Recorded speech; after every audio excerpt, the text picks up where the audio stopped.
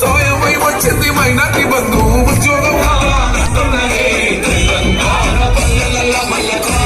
బిడ్డల ఆత్మ గౌరవమాయే 3000తోని సౌభాగ్య తెలంగాణ జిల్లాలలో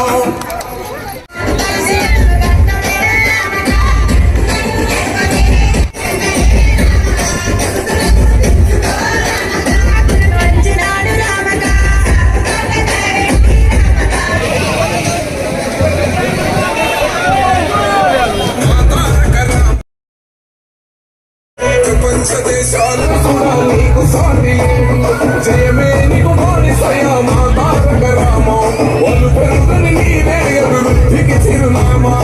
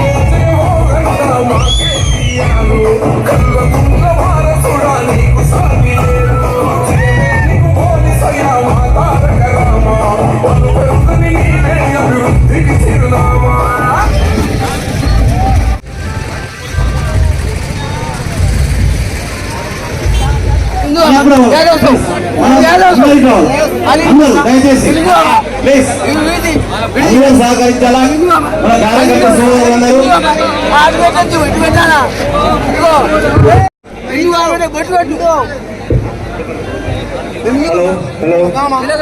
మనం ఉదయం నుంచి వేచి చూస్తూ కేటీఆర్ గారు ఆల్రెడీ వచ్చి ఉన్నారు బైసాకు అధికారులు 5 నిమిషాలు రావాల్సిందిగా కోరుతున్నాం. నా సోదరు నా అన్నదమ్ములకు కూడా అందరికి కోరుతున్నాను, దయచేసి కొద్దిగా మన యొక్క రాష్ట్ర అభివృద్ధి ఏ విధంగా జరిగింది తెలంగాణ దయచేసి మనందరం కూడా నిశ్శబ్దంగా పాటించాలి. అధికారులు 5 నిమిషాల్లో మన జనహృదయ నేత సభ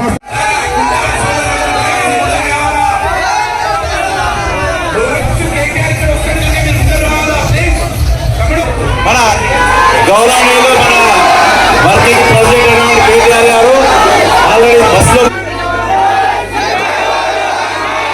ఇంకా ముందు జరగాలి. మనం ఇక్కడ బస్సు వస్తాయి, ప్లీజ్ బస్సు వస్తుంది కాబట్టి మీరు దయచేసి జరగాలి. మనం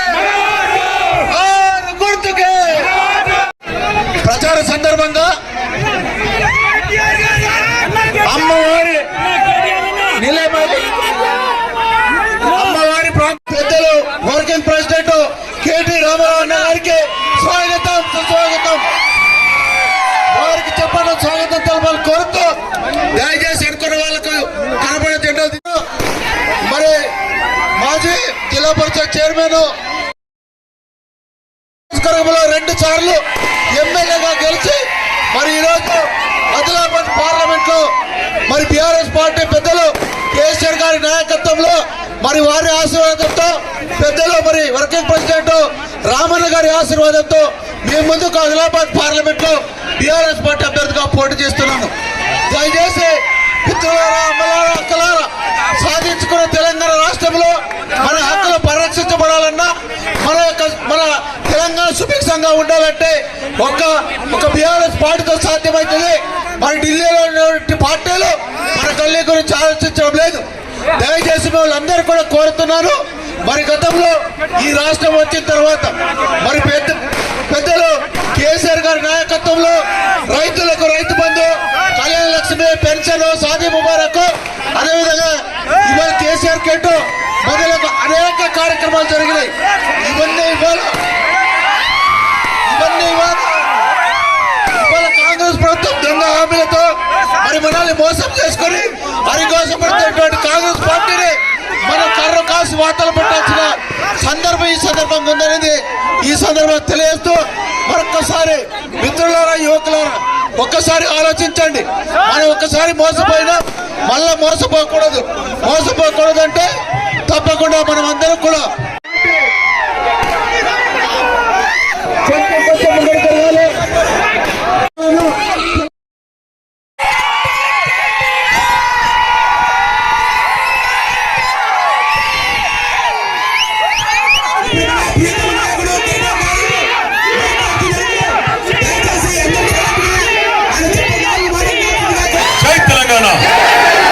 కారు గుర్తుకే గట్టిగా కొద్దిగా సౌండ్ పెంచాలా బెంచాలో.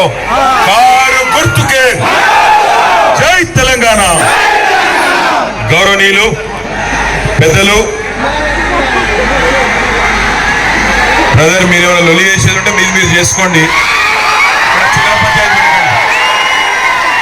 గౌరవనీయులు పెద్దలు, ఆదిలాబాద్ పార్లమెంట్ నియోజకవర్గ ఈ ప్రచారానికి బాధ్యతలు తీసుకున్న గౌరవ మాజీ మంత్రివర్యులు అన్న, మీ అందరికీ ఆప్తులు, మీ ముందుకు విచ్చేసిన గౌరవ సీనియర్ నాయకులు, ఆసిఫాబాద్ మాజీ శాసనసభ్యులు, మీ ఆశీర్వాదం దొరికితే జూన్ 4 నాడు కాబోయే ఆదిలాబాద్ పార్లమెంట్ సభ్యులు అన్న గౌరవనీయులు శ్రీ ఆత్రం సక్కు గారు, అదేవిధంగా మన నిర్మల్ జిల్లా పరిషత్ చైర్మన్ సోదరి శ్రీమతి విజయలక్ష్మి రామకృష్ణారెడ్డి గారు, గౌరవనీయ డాక్టర్ కిరణ్ కొమరేవార్ గారు,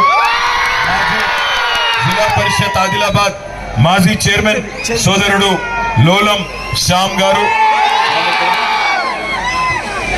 గారు, అదేవిధంగా వేదిక పైన ఆసీనులైన అన్నాదమ్ములకు, ఆడబిడ్డలకు పేరు పేరున మరి మీ అందరికీ కూడా హృదయపూర్వకంగా నమస్కారాలు. పరిధిలో ముధోల్లో మరి ముధోల్ నియోజకవర్గంలోని భయాన్సాలో ఆత్రం సక్కు గారి కోసం ప్రచారం చేయడానికి మేమందరం కూడా ఇక్కడికి వచ్చినాం. మీ అందరితో ప్రార్థన ఒకటే, మరి 5 నెలల కిందట శాసనసభ ఎన్నికలు జరిగినాయి.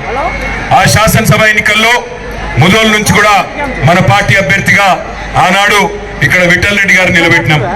సరే, ఆయన ఇలా పోయినాడు. ఆయన గురించి బాధపడే అవసరం లేదు. పోయినాడు, చెత్త పోయింది అనుకుందాం, చెత్త పోయింది, పర్వాలేదు. కానీ మీ అందరితో ప్రార్థన ఏంటంటే, ఆ రోజు శాసనసభ ఎన్నికల్లో కేసీఆర్ గారు చిలకకు చెప్పినారు అందరికి, మోసపోకండి, మోసపోతే గోసపడతారు అని చెప్పారు. అయినా మరి మన వాళ్ళు కొంతమంది ముధోల్లో కానీ, నిర్మల్లో కానీ, అదేవిధంగా ఆదిలాబాద్ జిల్లాలోని 5-6 ఇతర నియోజకవర్గాల్లో కానీ కొన్ని కాంగ్రెస్ కు, కొన్ని బీజేపీకి సీట్లు ఇచ్చినారు. మరి ఈరోజు నేను మీ అందరినీ ఒకటే ఆలోచించమని కోరుతా ఉన్నా. 5 నెలల కిందట ప్రభుత్వం ఏర్పడ్డ నాటి నుంచి ఈ రోజు వరకు 5 నెలల్లో తెలంగాణ బాగుపడ్డదా, చెడిపోయిందా? దయచేసి మీరు ఆలోచించండి. కేసులో ఉన్నది దయచేసి ఆలోచించమని కోరుతా ఉన్నా. కరెంటు కోతలు మళ్ళీ చాలు అయినాయా కాలేదా? కరెంటు కట్ అవుతుందా లేదా? మంచిగా ఉందా? కరెంటు బాగాలేదా? అరిచేతిలో వైకుంఠం చూపెట్టింది కాంగ్రెస్. ఆ మొండి చేతిలో వైకుంఠం చూపెట్టింది. ఏమేం చెప్పింది అన్నాడు రేవంత్ రెడ్డి గారు, నాకు అధికారం ఇవ్వండి, ఎంబడే వెంటనే 2 లక్షల రుణమాఫీ చేస్తా,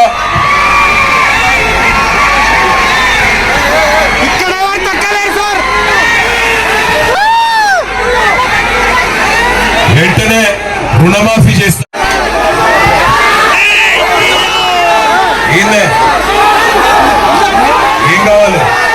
ఏం కావాలి చిల్లర పనులు చేయకండి, చిల్లర పనులు చేయకండి, చిల్లర కథలు చేయకండి. మీ ప్రచారం మీరు చేసుకోండి, చిల్లర కథలు చేయకండి. పోలీసు వాళ్ళు ఉన్నారా? పోలీసు వాళ్ళు ఉన్నారా? చచ్చిపోయినరా? ఏమైనా పోలీసు వాళ్ళు డ్యూటీ చేస్తలేదా? దమ్ము లేదా? చిల్లర కథలు చేయకండి, తమిళ మీటరు.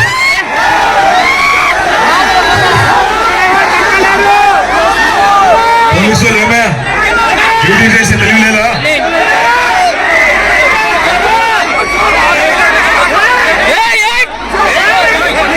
దయచేసి నేను మిమ్మల్ని కోరేది ఒకటే, ఇట్లా కొంతమంది ఉంటారు అక్కడక్కడ 10 మంది 15 మంది పట్టించుకోవాల్సి అవసరం. గట్టిగా చప్పట్లతో బుద్ధి చెప్పారు. జై తెలంగాణ, జై తెలంగాణ. ఎవరో ప్రచారం వాళ్ళు చేసుకోవాలి, ఎవరో పని వాళ్ళు చేసుకోవాలి. నేను అనేది ఒకటే, 5 నెలల కిందట ఇక్కడ కాంగ్రెస్ ప్రభుత్వం వచ్చింది. ఏం చెప్పిండు రేవంత్ రెడ్డి? ఏమన్నాడు అన్నాడు? ఒకటే మాట చెప్పిండు, 2 లక్షల రుణమాఫీ చేస్తా అన్నాడు. అయిందా రుణమాఫీ? 2 లక్షల రుణమాఫీ అయిందా? తులం బంగారం ఇస్తా అన్నాడు, ఆడపిల్లలు పెళ్లి చేసుకుంటే వచ్చిందా? 2500 ఇస్తా మహిళలకు అన్నాడు, వచ్చిందా? ముసలిలకు 4000 పెన్షన్లు ఇస్తా అన్నాడు, వచ్చిందా? ఒక్క పనన్నా జరిగిందా? ఒక్కటంటే ఒక్క పని అయినా కాంగ్రెస్ కి ఓటేద్దామా? మనకు వాళ్ళకి లేకపోయింది, మనకన్నా ఉండాలి కదా. కాంగ్రెస్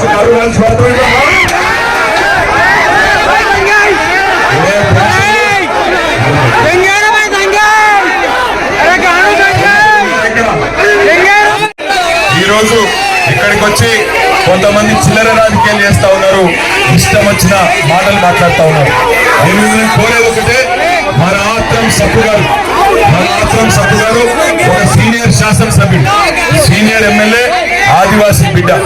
గతంలో తుడుందెబ్బ ఉద్యమంలో కూడా మరి ఉద్యమాలలో పనిచేసిన బిడ్డ. ఆనాడు సామాన్య ప్రజల కోసం, ఆదివాసీల కోసం పోరాటం చేసిన బిడ్డ.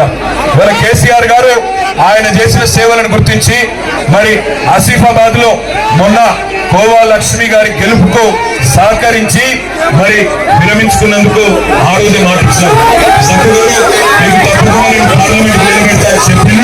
చెప్పినట్టే వాళ్ళ టికెట్ ఇచ్చి మీ దగ్గరికి పంపిండు.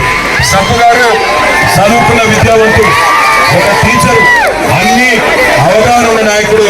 ఆదిలాబాద్ పార్లమెంట్ మీరు డిస్టర్బ్ కాకండి, వాళ్ళని వదిలేయండి, డిస్టర్బ్ కాకండి. నేను మీ అందరితో ప్రార్థించేది ఒకటే, ఇవాళ 3 పార్టీలు కొట్లాడుతున్నాయి ఆదిలాబాద్ పార్లమెంట్ లో. ఒకటి కాంగ్రెస్ ఇప్పటికే మీకు అర్థమైపోయింది. మరి పూర్తి స్థాయిలో కాంగ్రెస్ మీద వ్యతిరేకత అనేది ఈ 4.5 నెలలు. ఇంకో పార్టీ 10 ఏళ్ల కిందట ఆనాడు కేంద్ర ప్రభుత్వంలోకి వచ్చి మాటలు చెప్పి ప్రతి కుటుంబానికి 15 లక్షల రూపాయలు ఇస్తారని చెప్పి డైలాగులు కొట్టి ఓట్లు వేయించుకొని ఇవాళ ఏ పని చేయని పార్టీ.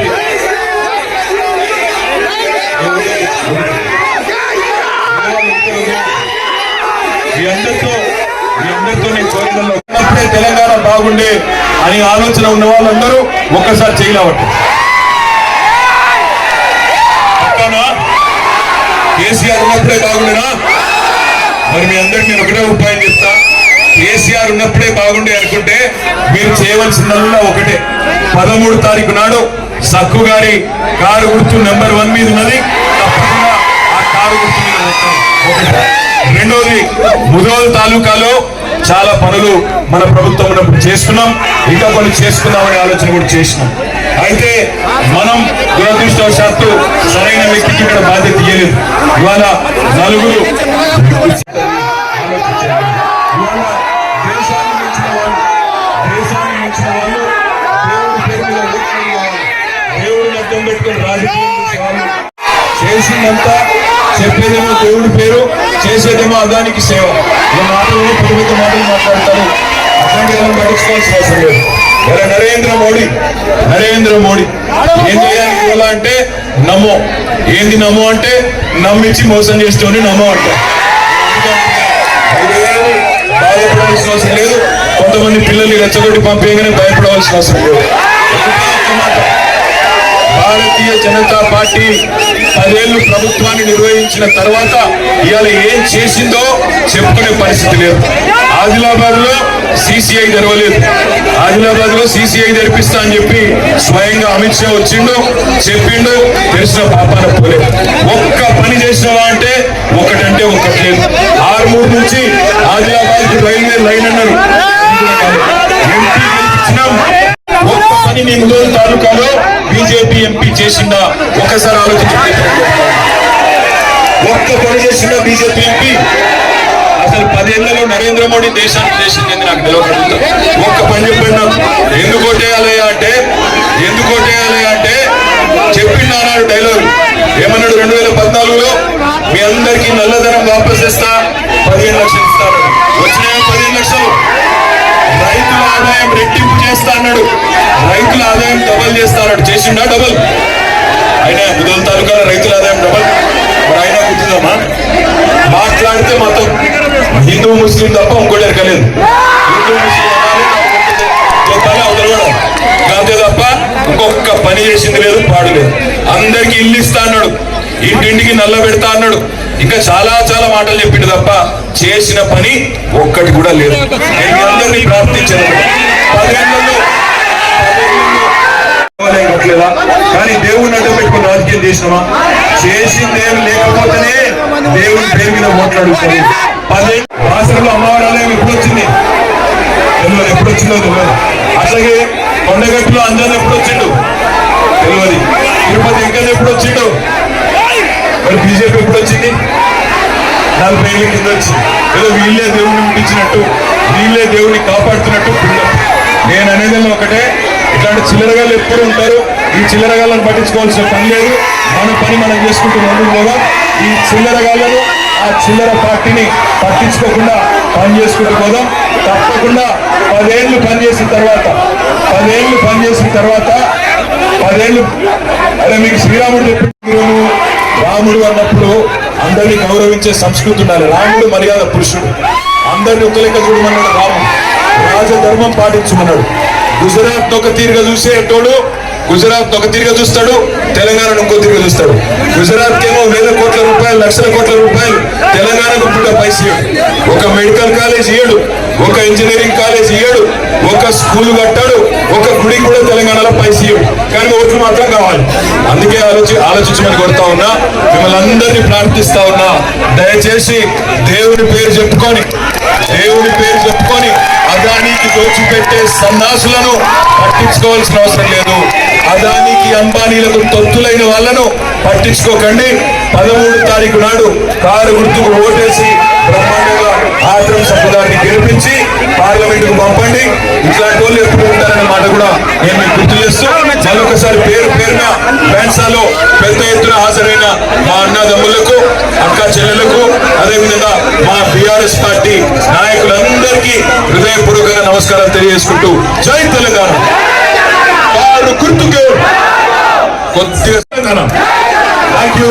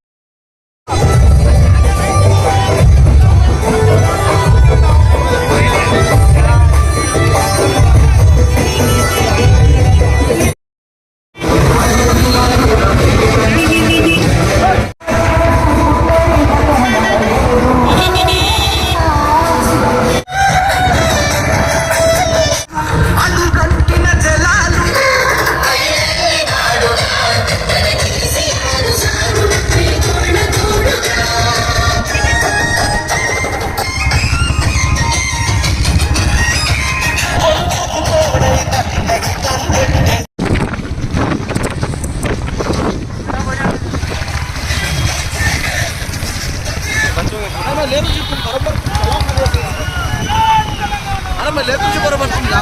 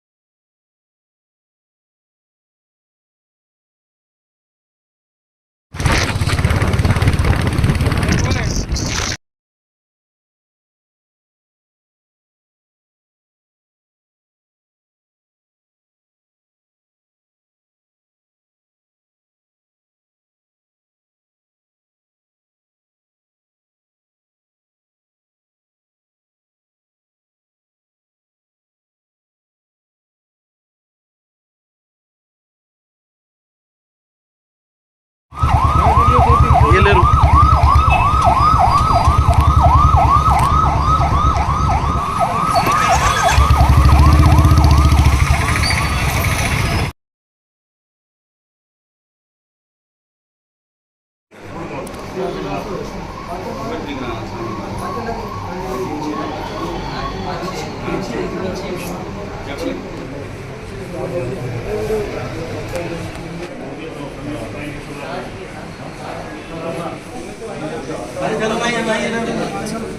थोड़ा हट जाओ